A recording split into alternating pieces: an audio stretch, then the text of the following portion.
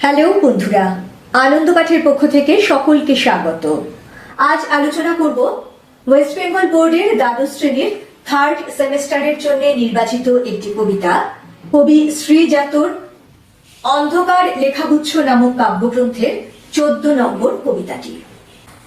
তোমরা নিশ্চয়ই জানো যে তোমাদের এই থার্ড সেমেস্টারের সমস্ত প্রশ্নই হবে এমসিকিউ। সেই প্রশ্নগুলি হবে কিন্তু বোধমূলক, ভাবমূলক, তথ্যমূলক ইত্যাদি নানান ধরনের।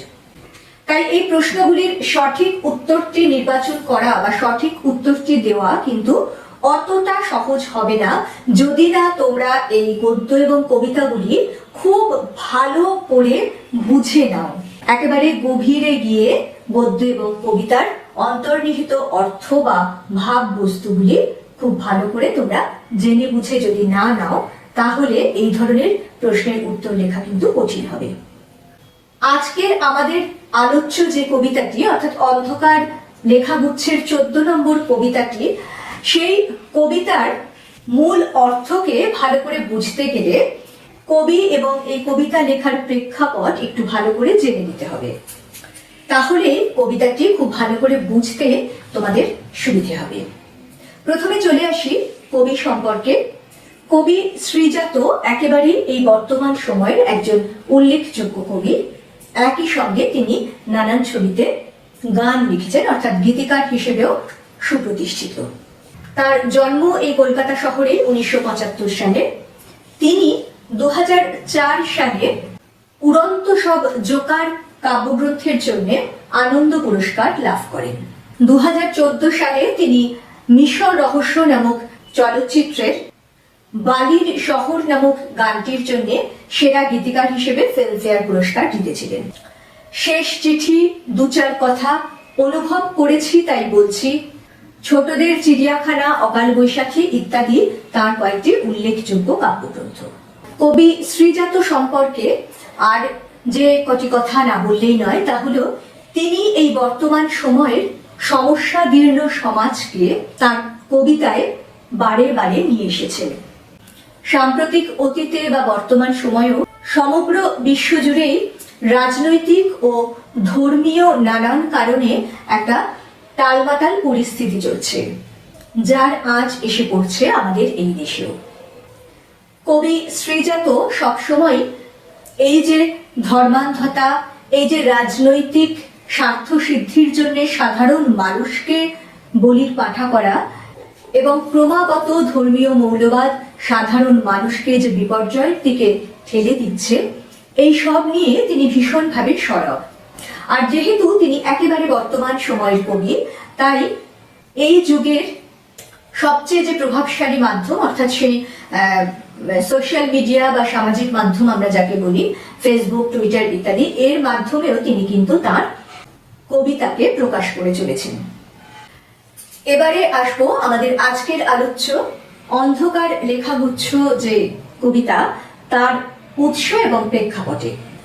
অন্ধকার লেখাগুচ্ছ কবিতাটি শ্রীজাতর অন্ধকার লেখাগুচ্ছ শিরোনামে প্রকাশিত কাব্যগ্রন্থের 14 নম্বর কবিতা। 2015 সালে এই শিরোনামে 43টি কবিতা কবি প্রকাশ করেন সামাজিক মাধ্যমে। পরবর্তীকালে যা বই আকারে প্রকাশিত হয়। পরে কবির কবিতা সমগ্রের 3য় খণ্ডে এই কবিতাটি স্থান পায়। এবারে এই কবিতার প্রেক্ষাপট সম্পর্কে দু কথা বলে নেওয়া প্রয়োজন। 2015 সালে বাংলাদেশের একজন প্রবাসী লেখক শ্রী অভিজিৎ রায় নিজের দেশের মৌলবাদীদের দ্বারা আক্রান্ত ও নিহত হন। কারণ তিনি তার সমসাময়িক ও সমমনস্ক কয়েকজন লেখকের সঙ্গে মুক্ত মনা নামক একটি লেখালেখির ওয়েবসাইট প্রকাশ করেন, যেখানে বাংলাদেশের ধর্মীয় মৌলবাদের বিরুদ্ধে প্রতিবাদ জানানো হয় নানান লেখার মাধ্যমে। এছাড়াও এর আগে ও পরেও বাংলাদেশের মুক্ত চিন্তার অধিকারী বেশ কিছু বুদ্ধিজীবীকে এই একই কারণে হত্যা করা হয়, যার আঁচ এসে পড়ে এপার বাংলাতেও। ক্রমাগত ঘটে যাওয়া মুক্ত চিন্তার মানুষদের প্রতি এই নির্মম অত্যাচার লেখক শ্রীজাতকেও গভীরভাবে প্রভাবিত করে, যার প্রকাশ এই কবিতাগুলি। এবারে আমরা সরাসরি চলে আসবো আমাদের আজকের পাঠ্য কবিতাটিতে। তার আগে প্রতিদিনের মতো বলে নিই, যারা এই চ্যানেলটি সাবস্ক্রাইব করেছো তাদের ধন্যবাদ, যারা এখনো করনি তোমাদের যদি এই আলোচনাগুলি ভালো লাগে এবং এই ধরনের আলোচনা আরো বেশি করে দেখতে চাও তাহলে আশা করব লাইক, শেয়ার ও সাবস্ক্রাইব করে পাশে থাকবে। আর এই ধরনের ভিডিওগুলি যেখানে একটু বিস্তারিত আলোচনা করার প্রয়োজন সেগুলি চেষ্টা করো পুরোটা মন দিয়ে শুনতে, না হলে কিন্তু তোমরা এই কবিতার মর্মার্থগুলি ভালো করে বুঝতে পারবে না। শুরু করছি শ্রীজাত রচিত অন্ধকার কাব্যগুচ্ছ নামক কাব্যগ্রন্থের 14 নম্বর কবিতার পাঠ ও বিশ্লেষণে।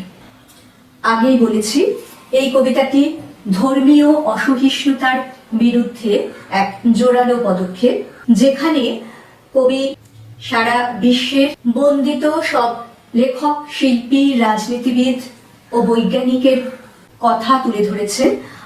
অপরদিকে তিনি প্রকৃতির উদারতার কথাও তুলে এনে আমাদের চোখে আঙুল দিয়ে বুঝিয়ে দিয়েছেন এই যে ধর্মীয় মৌলবাদ, এই সংকীর্ণতা তা কতটা অযৌক্তিক এবং অসার। কবিতা শুরু হয়েছে এইভাবে: আব্দুল করিম খাঁর ধর্ম ছিল গান, আইনস্টাইনের ধর্ম দিগন্ত পেরোনো, কবিরের ধর্ম ছিল সত্যের বয়ান, বাতাসের ধর্ম শুধু না থামা কখনো। যাকে দিয়ে কবিতার শুরু সেই আব্দুল করিম খাঁ ছিলেন 19বিংশ শতাব্দীর একজন প্রখ্যাত ভারতীয় শাস্ত্রীয় সঙ্গীত শিল্পী। কণ্ঠসঙ্গীত ছাড়াও তিনি নানান বাদ্যশিল্পে পারদর্শী ছিলেন, যার মধ্যে ছিল তবলা, সেতার, সারেঙ্গি, রুদ্রবীণা ইত্যাদি। তিনি শাস্ত্রীয় সঙ্গীতে কিরানা ঘরানার প্রতিষ্ঠাতা, যা তার ভাইয়ের সঙ্গে মিলিতভাবে তিনি তৈরি করেছিলেন। বরোদা রাজদরবারের সঙ্গীত শিল্পী ছিলেন এই প্রণম্য শিল্পী। এই যে ধর্ম নিয়ে কথা বলা হচ্ছে, আব্দুল করিম খাঁর ধর্ম ছিল গান। এই ধর্ম আসলে রিলিজিয়ন বলতে আমরা যে ধর্মকে বুঝি সেই প্রাতিষ্ঠানিক ধর্ম না। এই ধর্ম হলো মানুষের অন্তরের মধ্যে যা নিহিত সেই প্রকৃতি, তার নিজস্ব স্বভাব বৈশিষ্ট্য, তার দক্ষতা, তার প্রতিভা, যাকে আসলে প্রকৃত ধর্ম বলে বোঝাতে চেয়েছেন কবি। তাই আব্দুল করিম খাঁ, যিনি তার সঙ্গীতের মধ্যে দিয়ে অগণিত মানুষকে প্রশান্তি দিয়েছেন, আনন্দ দিয়েছেন, যে আনন্দ, যে প্রশান্তি কোনো হিন্দু, মুসলমান, শিখ, বৌদ্ধের মধ্যে তফাৎ করে না, সঙ্গীতের যে মূর্ছনা, যে ভালো লাগা জাতি ধর্ম নির্বিশেষে সকলকে অনুপ্রাণিত করে, আপ্লুত করে, সেই সঙ্গীত ছিল আব্দুল করিম খাঁর প্রকৃত ধর্ম। তারপরে বলছেন আইনস্টাইনের ধর্ম দিগন্ত বেরোনো। আইনস্টাইনের নাম নিশ্চয়ই তোমরা প্রত্যেকেই জানো। তিনি জার্মানির বিশ্ববিখ্যাত পদার্থবিজ্ঞানী। 1921 সালে আলোক তড়িৎ সংক্রান্ত সূত্র আবিষ্কারের জন্য নোবেল পুরস্কার লাভ করেছিলেন। তার সঙ্গে আমাদের দেশের প্রাতঃস্মরণীয় বিজ্ঞানী সত্যেন্দ্রনাথ বসুর নাম যুক্ত হয়ে আছে কোয়ান্টাম থিওরির সঙ্গে, যা বোস আইনস্টাইন থিওরি নামে জগতে পরিচিত। এবং এই বোস আইনস্টাইন থিওরি বর্তমান বিশ্বেও পদার্থবিজ্ঞানে গবেষণার ক্ষেত্রে পথিকৃৎ বলে আজও স্বীকৃত হয়ে আছে। তো এই আইনস্টাইনের ধর্ম কবি বলছেন দিগন্ত বেরোনো। দিগন্ত বলতে আমরা কি বুঝি? দিগন্ত বলতে বুঝি যেখানে পৃথিবী এবং আকাশের সীমা দূর থেকে দেখলে মনে হয় যেন মিলেমিশে একাকার হয়ে গেছে, একটা সমান রেখায় মিশে গেছে, যাকে দিগন্ত রেখা বলা হয়। তোমরা যদি কোনো খোলা মাঠে দাঁড়িয়ে বা ছাদের উপরে দাঁড়িয়ে, খোলা ছাদের উপরে দাঁড়িয়ে এটা প্রত্যক্ষ করো, তাহলে খুব ভালো করে সেই দিগন্ত রেখা বুঝতে পারবে। কিন্তু এখানে এই দিগন্ত রেখা একটা প্রতীক। আমাদের চোখের সীমা যতদূর পর্যন্ত যায় সেটাই হলো দিগন্ত। দিগন্ত পেরোনো কথাটির অর্থ হলো সীমানা পেরিয়ে যাওয়া। আমাদের ভাবনা চিন্তার, আমাদের জ্ঞানের এই পরিধি বা জ্ঞানের সীমানা পেরিয়ে যাওয়ার নিরন্তর প্রয়াস করেছিলেন বিজ্ঞানী আইনস্টাইন, যার মধ্যে দিয়ে আমাদের এই জগৎ ও জীবনের নানান রহস্য উদ্ঘাটিত হয়েছে। বর্তমান যুগে বিজ্ঞানের যে এই বিপুল অগ্রগতি, তার উপরেও বিরাট প্রভাব ফেলেছে বিজ্ঞানী আইনস্টাইনের এই ধর্ম ও দর্শন। বিজ্ঞানই ছিল তার সাধনা, বিজ্ঞানই ছিল তার ধর্ম, যে ধর্ম তাকে নতুন নতুন জ্ঞানের পরিধি বা সীমানা অতিক্রম করতে, দিগন্ত পেরিয়ে যেতে অনুপ্রাণিত করেছে। তারপরে বলছেন, পঞ্চদশ ষোড়শ শতকের অর্থাৎ মধ্যযুগের একজন মরমী কবি ও দার্শনিক কবীরের কথা। আক্ষরিক অর্থেই ধর্মনিরপেক্ষ এই মানুষটি বিভিন্ন ধর্মের বাহ্যিক আচার বিচার ও রীতিনীতির ভণ্ডামিকে তুলে ধরেছিলেন তার কবিতা ও গানের মধ্যে দিয়ে, যার কারণে তার সময় তাকে হিন্দু ও মুসলিম উভয় সম্প্রদায়ের কাছেই অপ্রিয় হতে হয়েছিল। কিন্তু দোহা বলে পরিচিত তার বাণীগুলি তার ভক্তদের মাধ্যমে সারা দেশে যে ছড়িয়ে পড়েছিল, তা আজ এই এত শত বছর পরেও আমাদের কাছে পরম সম্পদ বলে বিবেচিত হয়। কবি বলছেন, কবিরের ধর্ম ছিল সত্যের বয়ান। তিনি ছিলেন আসলে সত্য ধর্মের প্রবর্তক। আর এই ধর্ম যে শুধু মানুষের প্রকৃতিগত ধর্ম তা নয়, এই ধর্ম কিন্তু আমাদের যে প্রাকৃতিক সম্পদ তার মধ্যেও প্রকাশিত। তিনি বলছেন, বাতাসের ধর্ম কখনো না থামা। আমরা জানি বাতাস যদি এক মুহূর্তের জন্যেও স্তব্ধ হয়ে যায়, তাহলে কিন্তু এই বিশ্বে প্রাণের অস্তিত্ব বিপন্ন হয়ে যাবে। তাই এই নিরন্তর বয়ে চলাই তার ধর্ম, যা এই বিশ্বজগতের অস্তিত্বকে টিকিয়ে রাখতে অপরিহার্য। তারপর বলছেন, ভ্যান গঘের ধর্ম ছিল উন্মাদনা, আঁকা। গার্সিয়া লোরকার ধর্ম কবিতার জিত। লেনিনের ধর্ম ছিল নতুন পতাকা। আগুনের ধর্ম আজও ভস্মের চরিত। ভ্যান গঘের ধর্ম ছিল উন্মাদনা, আঁকা। 19বিংশ শতাব্দীতে হল্যান্ড বা নেদারল্যান্ডে জন্মগ্রহণ করা এই ডাচ চিত্রশিল্পী ছিলেন কিন্তু প্রকৃত অর্থে মানসিকভাবে বিধ্বস্ত বা বিপর্যস্ত।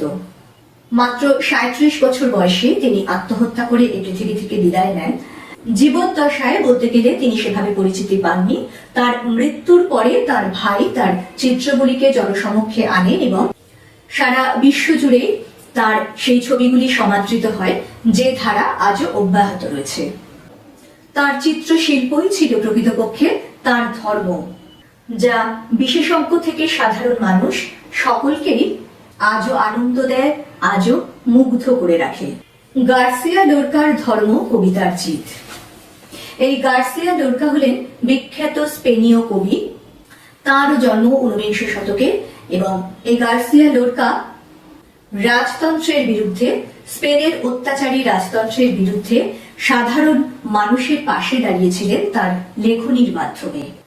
অকুতভয় এই কবি রাজতন্ত্রের সমর্থক এবং চক্রান্তকারীদের হাতে নিহত হন। তার সেই চলে যাওয়া, জোর করে তাকে পৃথিবী থেকে সরিয়ে দেওয়া, তার ধর্মকে কিন্তু মুছে ফেলতে পারেনি। তার কবিতা আজও বিশ্বের নানান জায়গার অত্যাচারিত, অপমানিত, অবহেলিত, লাঞ্ছিত মানুষকে প্রেরণা জুগিয়ে চলেছে। তার যে প্রকৃতি, তার যে প্রকৃত ধর্মের প্রকাশ, তার সেই কবিতা, তা কিন্তু আজও বিশ্বে সমানভাবে প্রাসঙ্গিক এবং বিরাজমান। তাই আক্ষরিক অর্থে অত্যাচারীরা তাকে মেরে ফেলতে পারেননি। মানুষের মনে তিনি আজও বেঁচে আছেন এবং তা আছেন তার প্রকৃত ধর্মের মধ্যে দিয়েই। লেনিনের ধর্ম ছিল নতুন পতাকা। রাশিয়ার বলশেভিক বিপ্লবের নেতৃত্ব দিয়েছিলেন বিশ্বখ্যাত এই নেতা, মার্ক্সবাদী নেতা লেনিন, যিনি রাশিয়ার আশেপাশের ছোট ছোট রাজ্যগুলিকে একত্রিত করে সোভিয়েত ইউনিয়নের প্রতিষ্ঠা করেছিলেন, যা 1991 সালে আবার ভেঙে যায়। সমাজতন্ত্রের প্রবর্তক কার্ল মার্কসের সঙ্গে তার মতবাদ মিলিত হয়ে মার্কস লেনিনবাদ নামে সমগ্র বিশ্বে পরিচিত। যদিও লেনিনের প্রতিষ্ঠিত সোভিয়েত ইউনিয়ন ভেঙে গেছে, কিন্তু তিনি যে নতুন যুগের স্বপ্ন দেখেছিলেন, নতুন সমাজ প্রতিষ্ঠার স্বপ্ন দেখেছিলেন, সেই স্বপ্ন কিন্তু মানুষের মন থেকে আজও মুছে যায়নি।